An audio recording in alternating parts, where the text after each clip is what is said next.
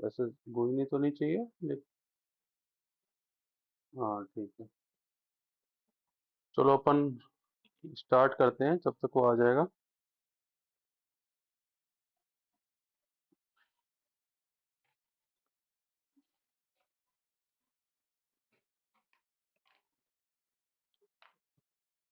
दोनों साइड से।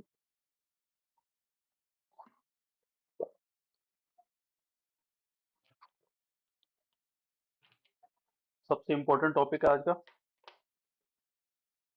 और सबसे ज्यादा क्वेश्चंस आते हैं। एक क्वेश्चन तो फिक्स रहेगा ही, और हर एक एग्जामिनेशन में आएगा। तो इसलिए ये चीज तो आपको फिक्स कर ही लेनी चाहिए। ये आ गया।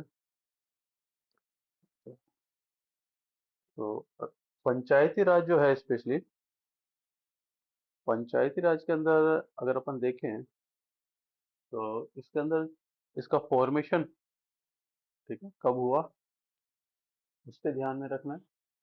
कहाँ हुआ, वो गांव, वो जिला, ठीक है ना, वो स्टेट, वो याद रखना है आपको। और इसके जो प्रोग्राम स्टार्ट हुए हैं उसके बाद में, ठीक है ना, और अमेंडमेंट कौन से अमेंडमेंट के बाद में स्टार्ट हुआ ये, ठीक है ना, उसका डेट, और इसके साथ साथ क्या क्या प्लान हुए, ठीक है ना।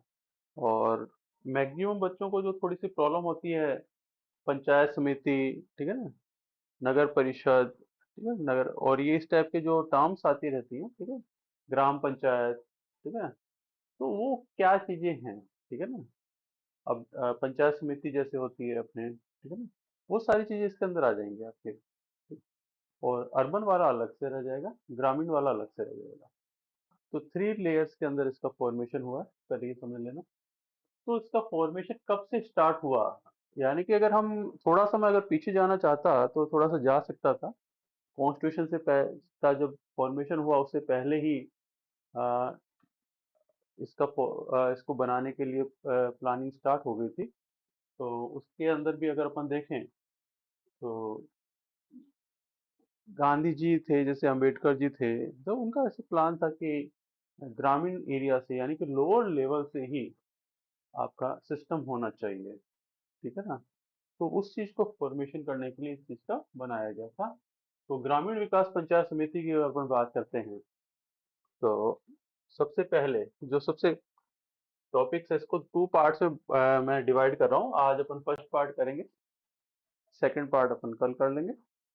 सेकंड पार्ट में अपन कुछ क्वेश्चंस कर लेंगे, ऑब्जेक्टिव टाइप के क्वेश्चंस कर लेंगे, और इसके जो प्लान्स वगैरह जो चल रही हैं, योजनाएं चल रही हैं, उनको कर लेंगे। आज जितना हो सकता है कर लेते हैं, ठीक है। तो ग्रामीण विकास एवं पंचायत राज, और एक तो आप थोड़ा सा ये अपना कैमरा ओपन कर लो, ठीक है, जिससे मुझे थोड़ा सा तो ग्रामीण विकास एवं पंचायती राज की अगर अपन बात करें, तो आजादी के बाद अगर अपन सबसे पहले पंचायती राज की स्थापना की बात करते हैं, तो उसका उद्घाटन उसका असली अपने प्रधानमंत्री नेहरू जी ने 2 अक्टूबर 1959 को नागौर जिले के बगदारी गांव। अब ये पूरा का पूरा इंपॉर्टेंट हो गया। नॉर्मली जो छोटे पेपर्स हैं, उस एग्जामिनेशंस हैं, उसके अंदर ये लाइन रहती है, क्योंकि नॉर्मली सभी को याद रहता है। तो जो पेपर बनाने वाला है वो स्पेशली इस चीज को ना देकर इसके जो प्लान्स है उसके ऊपर बात करता है, ठीक है ना। तो एक चीज आपको ये ध्यान में रखनी है।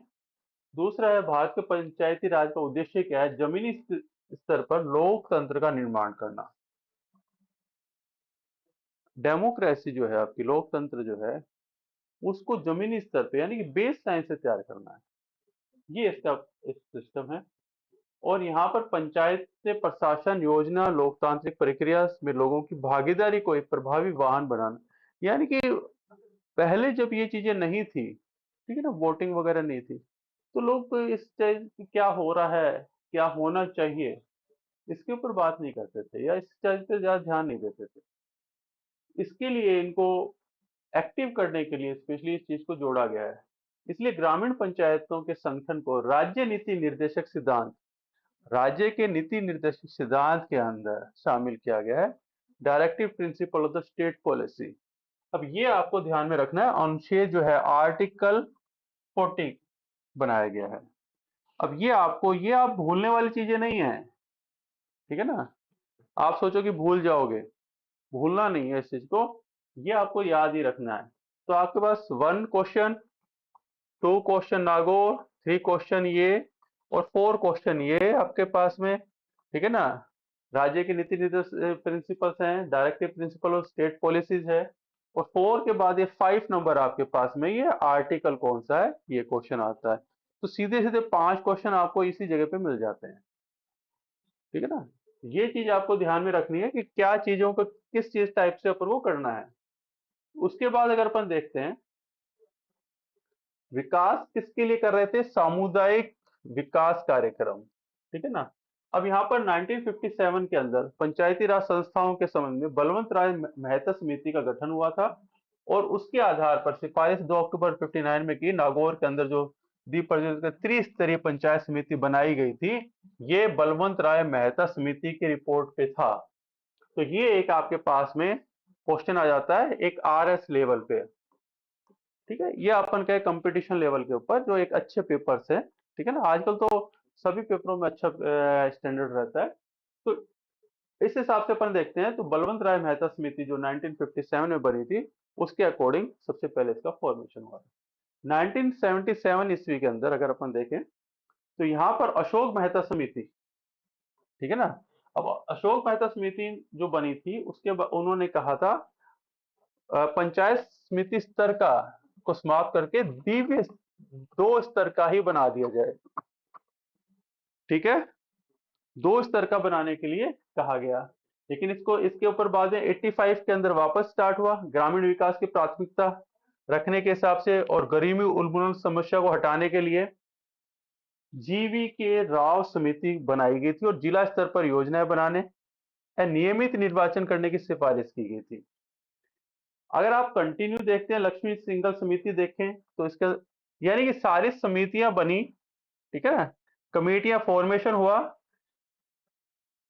सुंगल समिति जो थी 89 के अंदर, वो पंचायती राज संस्थाओं को संवैधानिक दर्जा देने के लिए, यानी कि कॉन्स्टिट्यूशनल प्रोविजन देने के लिए स्पेशली निर्धारित समय में निर्वाचन करने व जिला परिषद को योजना व विकास अभिकरण बनाने का सुझाव दिया। तो स्पेशली सुगम समिति ने आपका बेसलाइन तैयार कर दिया था कि किस टाइप से इसका फॉर्मेशन होना है, क्या क्या चीजें रखनी है। तो यहां पर आके हरलाल जो सिंह जो थे, उन्होंने क्या कि ग्रामीण सुविधाओं को आवश्यकता, यानी ग्रामीण पहले हटे हुए थे, ठीक है, ग्रामीण क्षेत्र हट गया था, तो उसको कैसे शामिल किया जाए, तो इस ये प्रोसीजर बनाया गया। तो इसके बाद में डेवलपमेंट भी बहुत हुआ है, ठीक है ना। फिर 1992 के अंदर 73 आपके कॉन्स्टिट्यूशनल अमेंडमेंट हुआ है इसके अंदर, 73 वाला, ठीक है ना। ये आपको ध्यान में रखना है,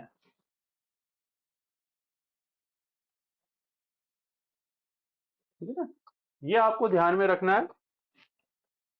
92 73 के अंदर 92 ईयर के अंदर, तो अपने पहले से 5 क्वेश्चन हो गए थे, ये 6 नंबर क्वेश्चन हो गया, 73 वाला 7 नंबर क्वेश्चन हो गया।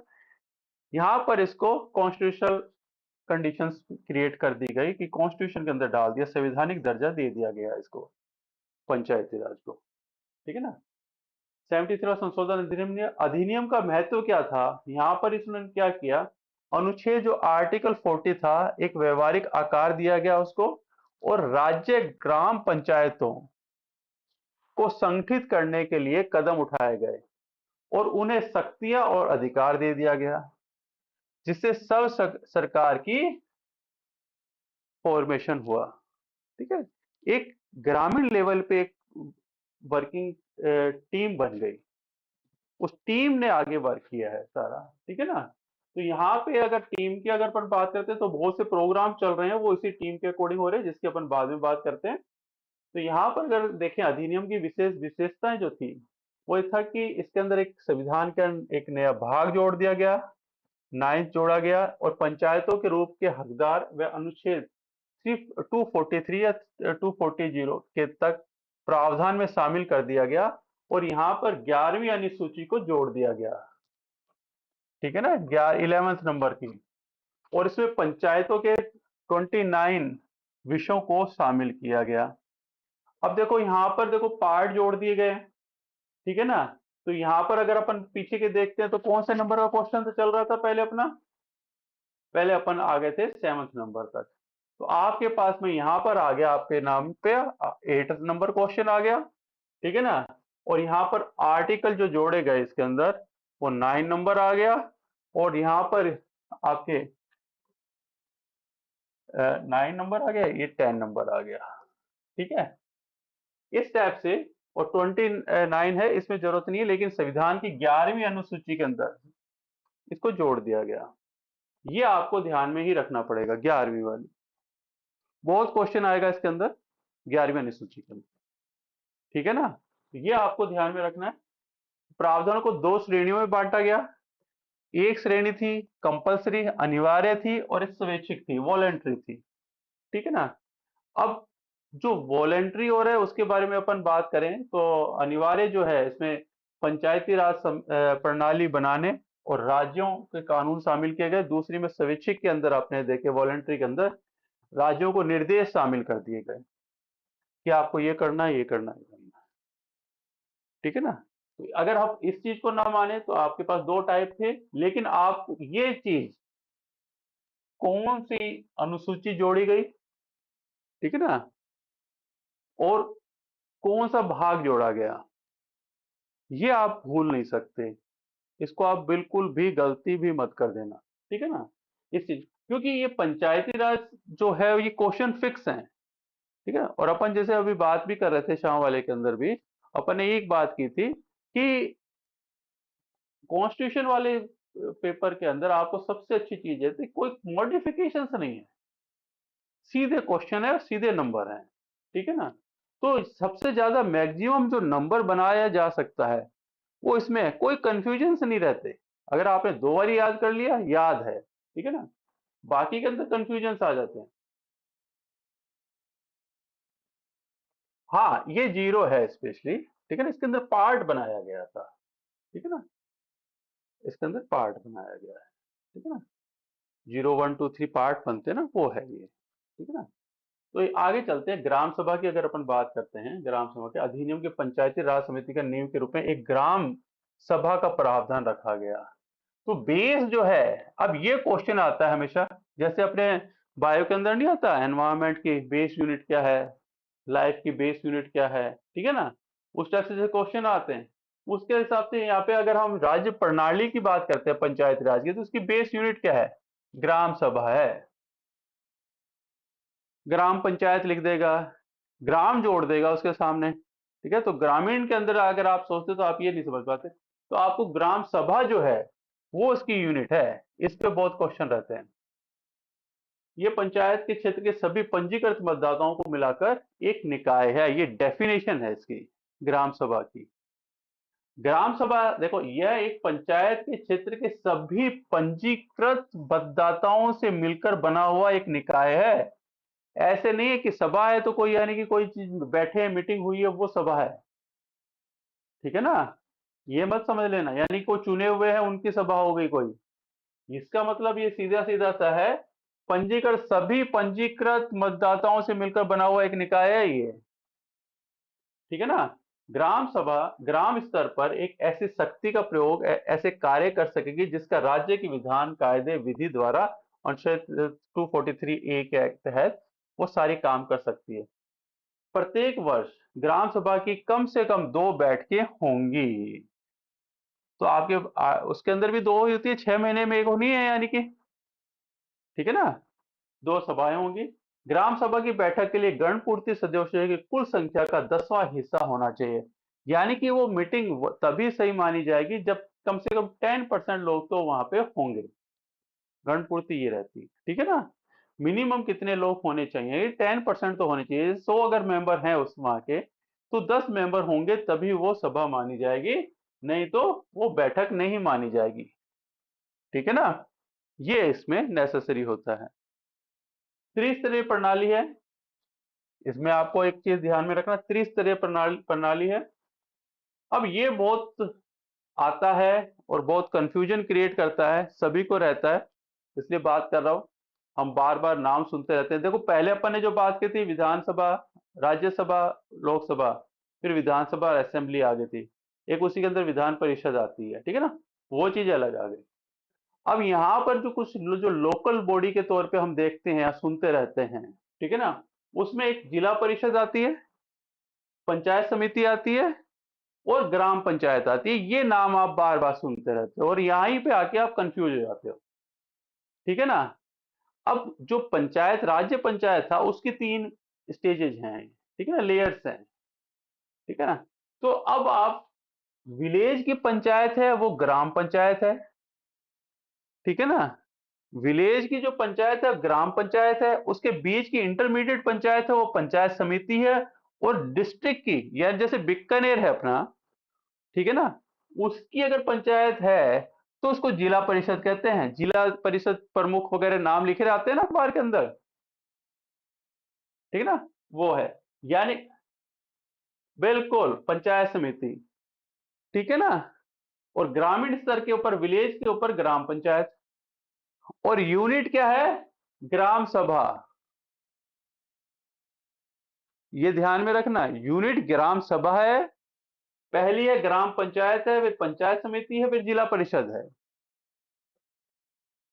ठीक है। हाँ, ग्राम सभा लोएस्ट यूनिट है इसका, ठीक है ना। अपन ने अभी जो बात की थी ग्राम सभा, ठीक है ना। ग्राम सभा के अंदर तो वहां के जो पंचायत क्षेत्र के सभी पंजीकृत मतदाताओं को मिलाकर एक निकाय है, ठीक है ना, वो तो ग्राम सभा है। वहां पर जो इलेक्शन के पंचायत समिति का फॉर्मेशन हुआ है, और आपके तहसील लेवल पे अगर पंचायत क्या, अगर हम विलेज लेवल पे ग्राम पंचायत हो रही है, तहसील लेवल पंचायत समिति हो रही है, और अब डिस्ट्रिक्ट लेवल पे जिला परिषद हो रही है, ठीक है ना। बीकानेर जिला है तो जिला परिषद है, ठीक है ना।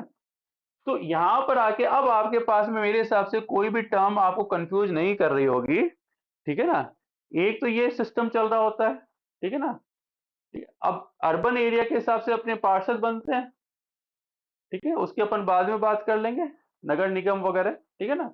ये ग्रामीण लेवल पे चलती है, ठीक है, कोई दिक्कत नहीं। हाँ कनेश भाई, कोई दिक्कत इसमें, क्योंकि कंफ्यूजन यही रहते हैं, ठीक है ना।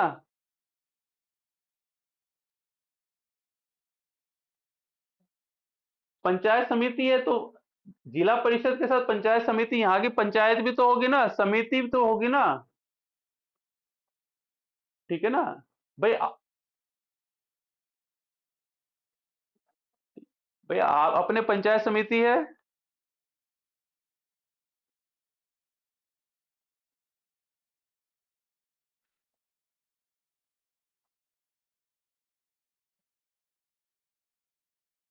ठीक है,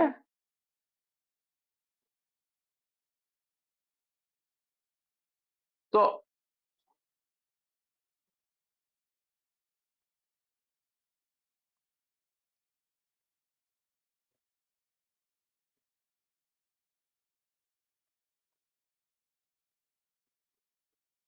ठीक है भाई। अब मैंने बीकानेर में पंचायत समिति देखी, यहाँ पे बीकानेर की तहसील है या नहीं है, बीकानेर तहसील है ना, अलग से बीकानेर में तहसील है, तहसील बीकानेर की भी तो अलग से बनती है, तो पंचायत समिति बनेगी, ठीक है, आएगा वो चीज। तो यहाँ पे पंचायत समिति बनेगी, जिला परिषद भी यहाँ पे है या नहीं है, जिला परिषद तो देखा था, ठीक है। तो 3 लेयर के अंदर बन रही है ये अपने। तहसील लेवल पे अगर अपन बात करते हैं या इंटरमीडिएट पंचायत के अंदर बात करते हैं तो पंचायत समिति आ रही है, डिस्ट्रिक्ट लेवल पे बात कर रहे हैं तो जिला परिषद आ रही है, और विलेज लेवल पे अगर बात करते हैं ग्राम पंचायत आ रही है, ठीक है, कोई प्रॉब्लम नहीं, क्योंकि यहीं पे कंफ्यूजन आते हैं अपने पास में। अब आगे चलते हैं अपन, निर्वाचित सदस्य कहते हैं, ग्राम, मध्यवर्ती और जिला स्तर के पंचायतों के सभी सदस्यों को चुना सीधे लोगों द्वारा जाता है, ठीक है ना। और ग्राम सभा का सरपंच सीधे वयस्क मतदाता के द्वारा चुना जाता है।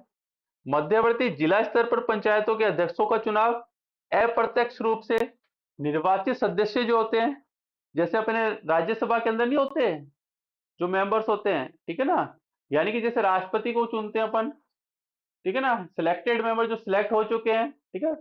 पंचायत का चुनाव होता है, ठीक है ना, जो पंचायत का चुनाव होता है, ठीक है ना, पंचायत के चुनाव के अंदर जो बंदे जीते हैं वो जाके उसको सेलेक्ट करेंगे आगे, ठीक है ना। तो मध्यवर्ती और जिला स्तर के ऊपर जो अध्यक्षों का चुनाव होगा अप्रत्यक्ष रूप में होगा वो, ठीक है, हो गया। और उनमें से किया जाएगा ग्राम स्तर पर अध्यक्षों का चुनाव का तरीका राज्य विधानसभा द्वारा तय किया जाता है। किसके द्वारा? ग्राम स्तर पर। ग्राम स्तर पर अध्यक्षों का चुनाव का तरीका जो है राज्य विधानसभा द्वारा तय किया जाता है, ये क्वेश्चन है, ठीक है। पंचायतों का निर्वाचन की बात करते हैं। पंचायतों में सभी निर्वाचनों के लिए निर्वाचक नामावलियां की तैयार की जाती है, जैसे अपने वोटर बनते हैं अपने, और इसका नियंत्रण जो होता है राज्य निर्वाचन आयोग करता है। ये क्वेश्चन है, जो अपने इलेक्शन ऑफ कमीशन था वही तो कर रहा था, वही इसको करेगा, अलग से नहीं है कोई, ठीक है ना। पंचायतों की अवधि क्या होगी? अब देखो यहां पे सबसे मजेदार बात है, प्रत्येक पंचायत जब तक तत्समय प्रवर्त किसी विधि के अधीन शीघ्र भंग ना हो जाए, यानी कोई किसी प्रॉब्लम के कारण से अगर वो भंग नहीं होती है, ठीक है ना, वो कंटिन्यू चलती है, यानी कोई कई बार क्या होता है, कोई सरपंच के अगेंस्ट कोई कार्रवाई हो जाती है, ठीक है, कोई डिस्प्यूट हो जाता है किसी कारण से, अगर वो भंग नहीं होती है तो अपनी बैठक के लिए नियत तारीख से 5 वर्ष तक बनी रहेगी। जो उसकी पहली बैठक होगी तब माना जाएगा स्टार्टिंग उसका, और तब से 5 साल, ठीक है ना। ये बिल्कुल फिक्स चीजें हैं। पहली बैठक की नियत तारीख से 5 वर्ष तक बनी रहेगी, ठीक है ना, वहां पे कोई प्रॉब्लम नहीं आनी चाहिए। तो मेरे हिसाब से अब इसमें कोई प्रॉब्लम है तो बता दो। सीटों का आरक्षण की बात करते हैं, तो SC ST की जो होती है, अनुसूचित जातियों के लिए सीटें आरक्षित की जाती हैं। अनुसूचित जनजातियों के लिए जनसंख्या अनुपात में प्रत्येक पंचायत में 1000 वर्ग किलोमीटर की जनसंख्या के अनुपात में, 1000 वर्ग किलोमीटर, ठीक है ना, कि जनसंख्या के अनुपात में 1000 वर्ग किलोमीटर के हिसाब से उसको उसकी यानी कि रिजर्वेशन होगा उसका। वो रिजर्वेशन की वही पॉलिसीज हैं, इसमें थोड़ा सा पॉलिसीज के अंदर ये अंतर आएगा कि उसमें आरक्षित संख्या जो होगी कुल भरे जाने वाले के हिसाब से बनेगी। अब देखते हैं, आगे चलते हैं। और यहां पर जो सबसे ज्यादा जो चीजें हैं वो है अधिनियम। जो ये अधिनियम है वो जम्मू कश्मीर और कुछ राज्यों की शेड्यूल एरियाज हैं, अनुसूचित क्षेत्र जो हैं वहां ये लागू नहीं होता है। सभी जगह लागू होता है लेकिन कुछ एरियाज हैं, ठीक है ना, अनुसूचित एरियाज हैं, उस एरिया में ये लागू नहीं होता है। अब वो लागू क्यों नहीं होता है, उस पे सबसे इंपॉर्टेंट बात होती है, जो अपन ने आप शाम उसको भी बात की थी, कि वहां पर जैसे अपने जो ट्राइबल एरियाज हैं, ठीक है ना, जंगल वाले एरियाज हैं, ठीक है ना, वहां पर कुछ रूल्स चेंज हो जाते हैं यहाँ पे, ठीक है ना, उन एरियाज को, वो राजस्थान के अंदर भी कुछ एरियाज हैं, उनको आपको देखना पड़ेगा, ठीक है। अब वो कौन कौन से हैं? नहीं, नक्सलवादी इलाके नहीं, वो अलग चीज है, वो अपना एरिया मानते हैं। वैसे ही इन कुछ एरियाज को इन्होंने अब इस अधिनियम से हटा दिया गया है, ठीक है ना, ठीक है। अभी अभी उसकी अपन बात करते हैं। वही है, उसको पैसा नाम दिया गया, पैसा एक्ट है वो, ठीक है ना। The provision of the panchayat extension to the schedule area bill, ठीक है ना, वो पैसा एक्ट है, ठीक है ना, उसके अंदर उसको रखा जाता है, ठीक है ना। जो ट्राइबल एरियाज हैं, ठीक है ना, उनको पावर दी गई अलग से, ठीक है ना।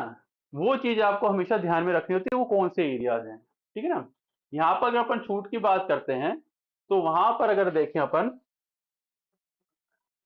पंचायतों के प्रावधान, अनुसूचित क्षेत्रों के विस्तार, क्षेत्रों तक विस्तार अधिनियम 1996 या पैसा अधिनियम पारित किया गया। राजस्थान में 30 सितंबर 1999 को पीईएसए के अनुसार अपना अनुरूप कानून पारित किया गया।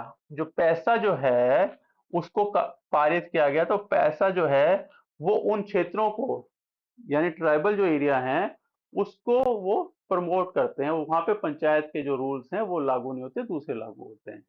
ठीक है, अब ये बात करते हैं अपन, पैसा का पूरा नाम क्या है? पंचायत उपबंध है। अनुसूचित क्षेत्रों तक विस्तार करना है इसका नाम। ये विधेयक है the provision on the panchayat extension to the schedule area bill. ठीक है, इसको सिफारिश की थी भूरिया समिति ने।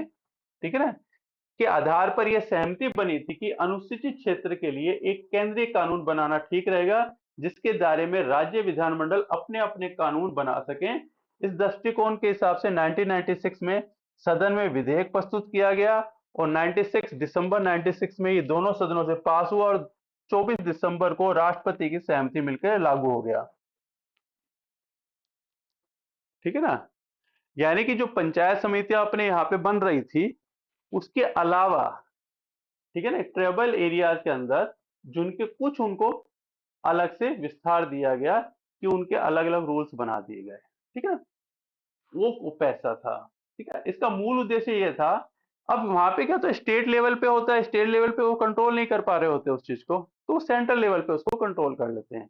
ठीक है ना, तो यहाँ पर इसका मूल उद्देश्य क्या था उस पर अगर अपन बात करते हैं, तो केंद्रीय कानून में जनजातियों के स्वायत्ता बिंदुओं को, मैंने कहा ना, जो जनजातियां हैं वो फ्री रहना चाहती है, उनके एरिया में कोई एंट्री नहीं करेगा, उनके लिए उन्होंने अलग से बनाया। समझ रहे हो मेरी बात को? उनके लिए अलग से बनाया। ठीक है ना, जिसका उल्लंघन करने की शक्ति राज्यों के पास ना हो। यानी कि जो जनजातीय एरिया है वहां पर वो राज्य सरकारें नहीं पहुंच सकती। ठीक है ना, वो उनको फ्रीडम दिया गया। ठीक है, वीडियो जो ऑफ हो गए भाई सबके। तो यहां पर वर्तमान में 10 राज्यों के अंदर आंध्र प्रदेश है, तेलंगाना है, झारखंड है, गुजरात है, हिमाचल प्रदेश है, महाराष्ट्र है, मध्य प्रदेश, छत्तीसगढ़, उड़ीसा और राजस्थान के अंदर अधिनियम लागू रहता है। ये इसका उद्देश्य है जनजातीय जनसंख्या के स्वशासन प्रदान करना है, पारंपरिक परिपाटियों को के हिसाब से प्रशासनिक ढांचे को विकसित करना और ग्राम सभा के सभी गतिविधियों का केंद्र बनाना है। यानी जनजाति एरिया के अंदर उस बेस लाइन को तैयार करना है। ठीक है ना, ये चीज ध्यान में रखना है। यहां पर अगर अपन देखें वित्त आयोग की अपन बात करें, पंचायती राज संस्थाओं की वित्तीय स्थिति की समीक्षा करने और राज्यपाल को सिफारिश करने के अनुच्छेद 243(1) के तहत वित्त आयोग का गठन किया जाएगा। स्थान में पंचायतें हैं। अब राजस्थान में पंचायतें कितनी कितनी है इस पे अपन बात कर लेते हैं। राजस्थान में 33 जिले हैं। ठीक है ना, अभी ये आगे बढ़ गए, ये जिले बढ़ गए तो अपने पास नया डाटा आ जाएगा, तो अपन उस चीज को आगे कर देंगे। एक बार आउटलाइन के तौर पे आप इसको समझ लो। 33 जिला परिषद होगी, तो जिले हैं जितने हैं, जितने जिला परिषद हो गए उतने हो गए। ब्लॉक स्तर पर अगर अपन बात करते हैं 295 पंचायत समितियां होगी और ग्राम स्तर पर 990 पंचायतें हैं। ठीक है, अब ग्राम स्तर पर जिनमें से एक गांव या गांवों का समूह शामिल है, पंचायती राज के त्रिस्तरीय प्रणाली बनती है ये अपनी। ओके, कनिष्क भाई सो गया क्या? सुन रहा है क्या? वीडियो ऑन करो भाई, झपकियां ले लोगे। प्रत्येक जिला परिषद में, ठीक है ना, प्रत्येक जिला परिषद में एक क्षेत्रीय निर्वाचन क्षेत्र होता है। 4 लाख तक की जनसंख्या वाली जिला परिषद में 17 निर्वाचन क्षेत्र होते हैं। तो जनसंख्या 4 लाख से अधिक होती है, उसमें 1 लाख के लिए, प्रत्येक 1 लाख के लिए निर्वाचन क्षेत्र की संख्या 2 हो जाती है। जैसे वो बढ़ी उससे ज्यादा तो दूसरी हो जाएगी। 4 लाख तक एक है, उसके बाद में दूसरी है। ठीक है, पंचायत समितियों के अंदर 1 लाख तक की जनसंख्या वाली पंचायत समितियों के 15 निर्वाचन क्षेत्र होते हैं। यहां पर कितने निर्वाचन क्षेत्र से? 17। यहाँ पे 17 थे, यहाँ 15 निर्वाचन क्षेत्र है। 1 लाख से अधिक होने पर तो प्रत्येक 15,000 या उससे अधिक हो जाता है, तो उसके बाद में निर्वाचन क्षेत्र की संख्या 2 हो जाती है, बढ़ जाती है। ठीक है ना? वो 1 लाख के ऊपर है, और 15,000, 1 लाख से 15,000 के बीच में अगर रह गया तो वो कम रह जाएगी, लेकिन 15,000 से जैसे ऊपर जाएगा तो 2 हो जाएगी। ठीक है? प्रत्येक पंचायत के अंदर वार्डों में, पंचायत को वार्डों में विभाजित किया जाता है, और वर्तमान में 9900 पंचायतों के अंदर ये कितने हो गए, 1,08,900 क्या 953 वार्ड्स हैं। ठीक है ना? ये एक आपको एक आउटलाइन दे दी कि इतना सारा वर्किंग हो रखा है। ठीक है? ग्राम ग्राम पंचायतें अगर अपन बात करें, एक सरपंच और जितने वार्ड से सीधे चुने हुए पंच निर्धारित किए जाते हैं, उसमें पंचायत समिति है, कई क्षेत्रीय निर्वाचन क्षेत्रों में सीधे निर्वाचित सदस्य आएंगे, जिला परिषद है, प्रादेशिक निर्वाचन क्षेत्र से प्रत्यक्ष रूप से निर्वाचित सदस्य निर्धारित किए जाते हैं। ठीक है ना? अब राजस्थान में पैसा का कार्यान्वयन जो है वो कैसे है? अब पैसा जो लग रहा है हमारा, जो यूज होता है, यूज का पैसा, वो पैसा नहीं जो बना हुआ है अपना नियम जो है, वो बना था 30 सितंबर 1999 को। ठीक है ना? और यहाँ का जो एरियाज है पैसा, जो कि जिले जो हैं, ये 5 हैं। ठीक है ना? अब 5 में कहाँ कहाँ है पैसा जिला जो पूरी तरह से कवर करता है? 2 है बांसवाड़ा और डूंगरपुर के अंदर, और आंशिक 3 जो है वो आंशिक रूप से कवर करते हैं उदयपुर, प्रतापगढ़ और सिरोही। ठीक है ना? आपको पूरा डिटेल नहीं करना है, आप जितना याद हो सकता है उतना करना है, लेकिन इन 5 को आपको याद रखना पड़ेगा, और ये 2 जो आपके हैं बांसवाड़ा और डूंगरपुर, इसको आप भूल नहीं सकते। ठीक है ना? यानी कि आपने पंचायत समिति पढ़ी और पैसा नहीं पढ़ा, ठीक है ना, तो गेम ओवर हो जाएगा आपका, क्योंकि गेम यहीं पे आएगा आपका। ठीक है? ये इसके अंदर ये थोड़ा सा समझने में दिक्कत कर जाता है, क्योंकि हम उसके साथ उसको कनेक्ट नहीं करते। जो एरियाज हैं, ठीक है, उसको एक अलग से रूल बनाया गया उसको वर्किंग में लाने के लिए। ठीक है ना? ये चीज है। तो यहाँ पर अगर अपन चलते हैं, तो 1 अप्रैल 1999 राजस्थान सरकार ने ग्रामीण विकास पंचायती राज विभाग की स्थापना की थी, और यहाँ पे जो राजीविका है, राजीविका जो है, राजस्थान ग्रामीण जीविका विकास परिषद, RGAVP। अब ये प्लान्स बता रहा हूँ मैं सारे के सारे, इसके अंदर जो चलते हैं। ठीक है? राजस्थान ग्रामीण आजीविका विकास परिषद की अगर शुरुआत हुई थी ग्रामीण विकास एवं पंचायती राज विभाग द्वारा, राजस्थान सरकार ने अक्टूबर 2010 में स्थापित किया गया था। अध्यक्ष इसके मुख्यमंत्री थे। उद्देश्य थे ग्रामीण क्षेत्रों में उद्यमिता यानी कि व्यापार यानी कि बिजनेस को बढ़ाकर निर्धन ग्रामीण को आय में वृद्धि करना। राजविका जो है भारत सरकार व राज्य सरकार की निम्नलिखित आजीविका परियोजनाएं चला रही है। अब यहाँ पर कई परियोजनाएं चल रही हैं आजीविका के अंदर, राजीविका के अंदर। ठीक है ना? अब क्या क्या है इसके अंदर देख लो। इसका जो अध्यक्ष है वो मुख्यमंत्री है, और शुरू है ग्रामीण विकास है पंचायती राज विभाग इसको स्टार्ट रखता है। ठीक है ना? ये तो उसका फॉर्मेशन जो अपन ने पहले बात की वो तो फॉर्मेशन की है। अब उसके अंदर क्या क्या चीजें चल रही हैं, अब अपन उसकी बात कर रहे हैं। ठीक है ना? अब केंद्र सरकार द्वारा जो योजनाएं चला रही हैं उसके अंदर क्या क्या चीजें हैं उस पर बात करते हैं। राष्ट्रीय ग्रामीण आजीविका मिशन है 2011, ग्रामीण विकास मंत्रालय द्वारा लागू की गई है, और 2024-25 तक 10 से 12 करोड़ परिवारों को स्वयं सहायता समूह बना के जोड़ा जाएगा। पूरे राज्य भर में लागू है ये। ठीक है ना? राष्ट्रीय ग्रामीण आर्थिक रूपांतरण परियोजना जो है वो 19 फरवरी 2019 को शुरू की गई है। वित्त पोषण है विश्व बैंक द्वारा चलाई जा रही है। अब ये याद रखने की है, वर्ल्ड बैंक द्वारा चलाई जा रही है। ठीक है? राष्ट्रीय ग्रामीण आर्थिक रूपांतरण परियोजना, ठीक है ना, 9036 ब्लॉक, चलो ये याद नहीं रखते, लेकिन ये विश्व बैंक द्वारा चलाई जा रही है, ये याद रखना है। ठीक है? अब ये किसके अंदर थी? राजीविका के अंदर। और राजीविका किसके अंदर थी? पंचायत वाले के अंदर। ठीक है ना? ऐसे याद रखो इसको। ठीक है? महात्मा गांधी राष्ट्रीय ग्रामीण रोजगार मनरेगा आ गई आपकी। बड़ी पॉपुलर है। अब अगर आपको भी ये पता नहीं, अगर यहाँ गड़बड़ कर जाओ कि किसके अंदर चल रही है, तो हो जाएगा गेम पूरा। ठीक है ना। अब मनरेगा जो है, सितंबर 2005 में महात्मा गांधी रोजगार गारंटी अधिनियम पारित किया गया था। 2006 में इस योजना को योजनागत लिया गया। उद्देश्य है ग्रामीण क्षेत्र में रोजगार का सृजन करना। आप कितना भी कह दें कि बेकार है, ये है वो है, लेकिन रोजगार देने के लिए ग्रामीण क्षेत्र में पंचायत वाले एरिया के अंदर ये वर्क करती है। ठीक है ना। इस चीज को आपको ध्यान में रखना पड़ेगा। ठीक है। इसके तहत ग्राम पंचायत तो, अरे तो ऐसे पूरा रोजगार ही दे देगा वो? थोड़े जो वीक हैं उनके लिए जो काम नहीं होता, थोड़े बहुत ऐसे तो काम चलते रहते हैं ना। ऐसे तो दूसरे भी तो काम करेंगे, एक इस पे तो जो भी हो गया वो तो पूरा वो रोजगार देने के लिए है। रोजगार फिक्स रोजगार थोड़ा ना है वो कोई। ठीक है ना। आप बिल्कुल खाली ना बैठें, अल्टरनेट चलता रहेगा। ऐसे तो सभी सब जने लग जाएंगे तो उसमें भी अल्टरनेट चलता है।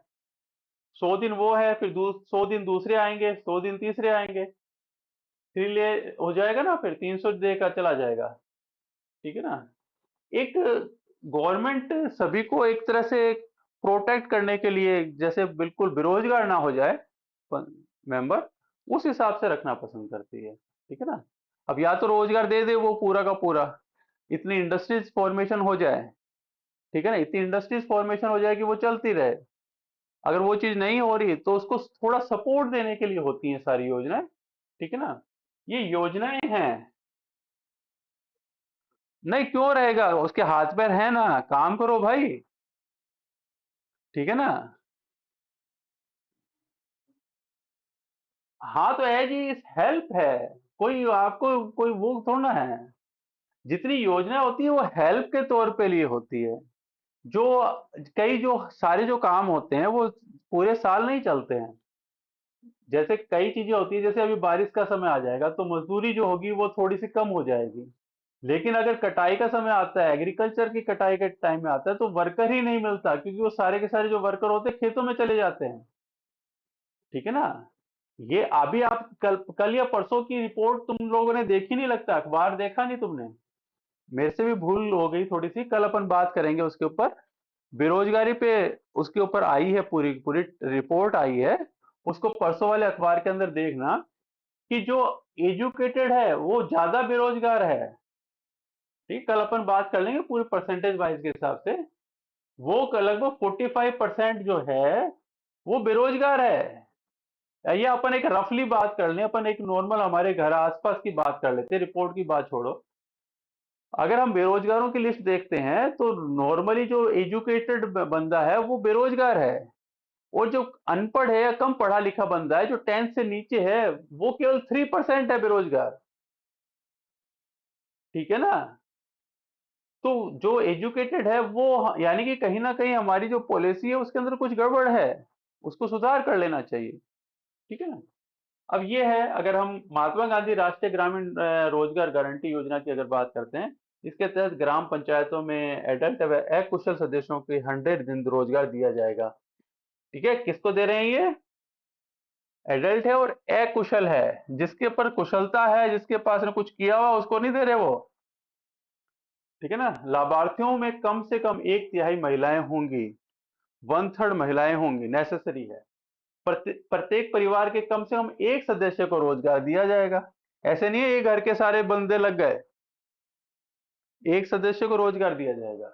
लाभार्थी का पंजीकरण रजिस्ट्रेशन किया जाता है और जॉब कार्ड प्रदान किया जाता है। रजिस्ट्रेशन के 15 दिन के अंदर तथा 5 किलोमीटर के दायरे में रोजगार दिया जाएगा। 15 दिन के अंदर दे देंगे और 5 किलोमीटर के अंदर अंदर देंगे। ठीक है। 5 किलोमीटर के क्षेत्र से बाहर होने पर 10% अतिरिक्त भुगतान किया जाएगा। कार्य का निर्धारण ग्राम पंचायत करेगी। तो ठीक है, ठेकेदार व मशीनों के कार्य की अनुमति नहीं है। यहाँ पे मशीनें वगैरह नहीं, हाथ से काम होते हैं, तुम लोगों ने देखे होंगे। ठीक है। अब यहाँ पे ग्राम सभा की अगर बात करते हैं, सामाजिक अकाउंटेंसी करेगी, कार्य की गुणवत्ता व योजना की प्रगति का पर्यवेक्षण करेगी। ग्राम सभा उसको चेक कर रही है। मजदूरी जो है यहाँ पर, ठीक है ना, सामग्री जो है मजदूरी की 40-60 का रेशियो है। केंद्र का 40-60 है और उसका स्टेट का 40 है। केंद्र सरकार का जो है, केंद्र सरकार का रोल जो है इसके अंदर, सामग्री का बात की है। केंद्र सरकार है, ग्रामीण विकास मंत्रालय द्वारा संचालित है। मजदूरी का 100% वित्त पोषित केंद्र सरकार द्वारा है। ये सामग्री की बात कर रहा है, ठीक है ना। जो केंद्र सरकार है वहीं से मजदूरी का जो 100% है वित्त पोषित है, सारा का सारा सेंटर दे रही है। सामग्री जो मिल रही है उसका 75% वित्त पोषण केंद्र सरकार दे रही है, ठीक है ना। यदि सरकार रोजगार देने में असफल होती है तो राज्य सरकार बेरोजगारी भत्ता देगी, सेंटर नहीं देगी। क्योंकि स्टेट ने गड़बड़ कर दी कहीं पे, तभी कुछ हो रहा है, क्योंकि वो तो पैसा दे रही है, वो तो 100% दे रही है। अगर उसको फंड, उसको रोजगार नहीं मिला है तो उसको बेरोजगारी भत्ता सरकार, राज्य सरकार देगी, सेंटर नहीं देगी, ठीक है। जियो मनरेगा के ऐप के द्वारा अपने जियो टैगिंग की जाती है। सूखा प्रभावित क्षेत्र में 150 दिनों तक का रोजगार दिया जाता है। पहले 100 है, लेकिन अगर सूखा प्रभावित क्षेत्र है तो 150 दिन का दिया जाएगा। 21-22 दिसंबर 21 तक ये लाख कार्य हुए। अभी अभी अभी चेंज हो गया है इसके अंदर, ठीक है ना। मजदूरी कितनी जाती है अभी देख के मेरे को बताना फटाफट कि कितनी मजदूरी दी जा रही है। प्रधानमंत्री आवास योजना,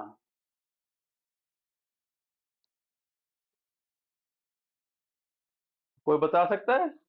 प्रधानमंत्री, हाँ, राजस्थान मनरेगा के तहत मजदूरी कितनी दी जा रही है अभी?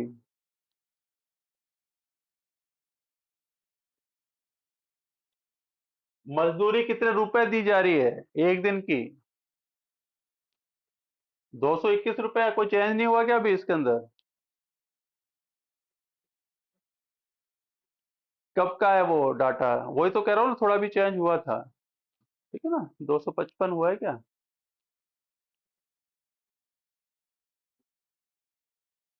ठीक है, देख लेना, क्योंकि इसके अंदर थोड़ा सा, बुक्स के अंदर थोड़ा सा गड़बड़ हो जाती है। जो इनकी जो वेबसाइट है उस पर जाके देख लेना, ठीक है ना। ये चीज थोड़ा सा अपडेट करने की जरूरत होती है।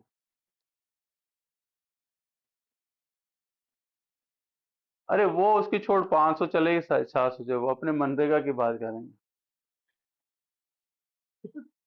अपन को नहीं जाना उधर। हाँ, ठीक है।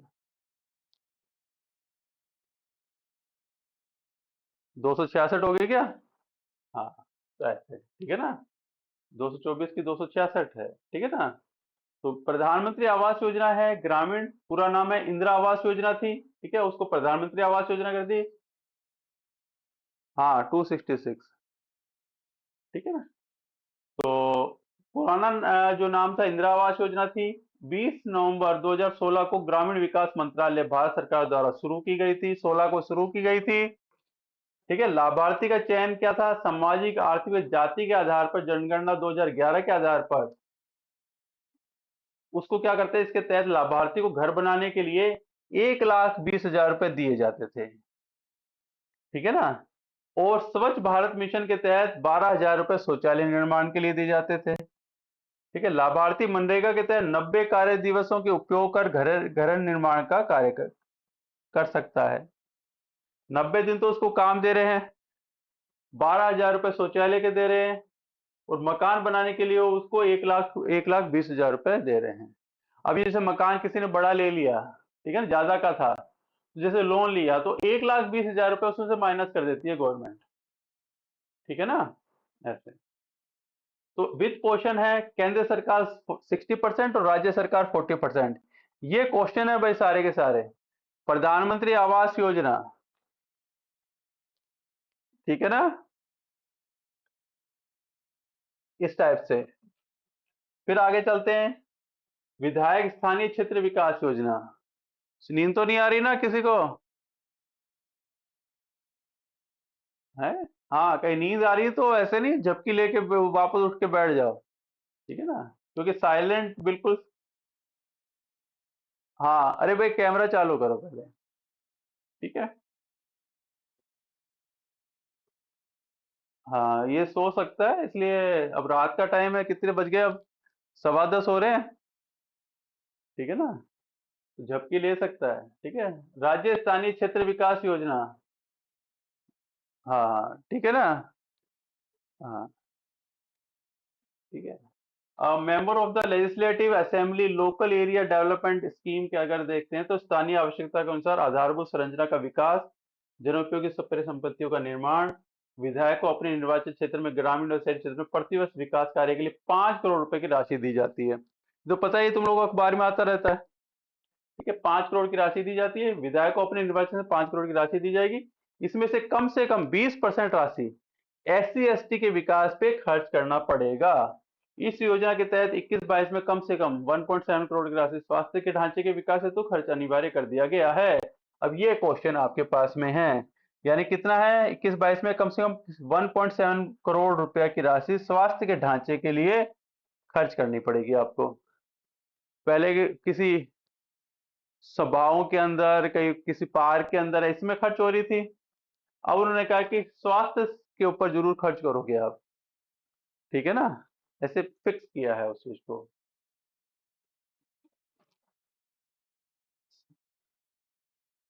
संसद सदस्य स्थानीय सेवा विकास कार्यक्रम के अंदर सांख्यिकी, अकाउंटेंसी और कार्यक्रम निर्माण मंत्रालय द्वारा 2093 में स्टार्ट की गई थी। प्रत्येक सांसद अपने संसदीय क्षेत्र में प्रतिवर्ष 5 करोड़ रुपए तक की राशि विकास कार्य हेतु जिला कलेक्टर की अनुशंसा कर सकता है। लोकसभा के निर्वाचित सांसद अपने क्षेत्र में राशि खर्च कर सकते हैं, 5 करोड़ रुपए की खर्च करते हैं ये। ठीक है, बाकी आगे चलते हैं अपन। कोविड के कारण से इसके अंदर ये कुछ आज इतना ही करते हैं, आगे कल अपन करते हैं। ठीक है ना, काफी लंबा चला जाएगा। ठीक है ना, तो जो भी है यूट्यूब के ऊपर वो सभी मेरे से कनेक्ट हो सकते हैं माइक्रोसॉफ्ट टीम के थ्रू। मैंने इसके ऊपर आपके चैट के अंदर इसका आईडी एंड पासवर्ड डाला हुआ है। ठीक है ना, आप इसी टाइप से कनेक्ट हो सकते हैं। और लाइक शेयर एंड सब्सक्राइब करें। ठीक है, थैंक यू। गुड नाइट बेटा, स्वीट ड्रीम्स। गुड नाइट बेटा।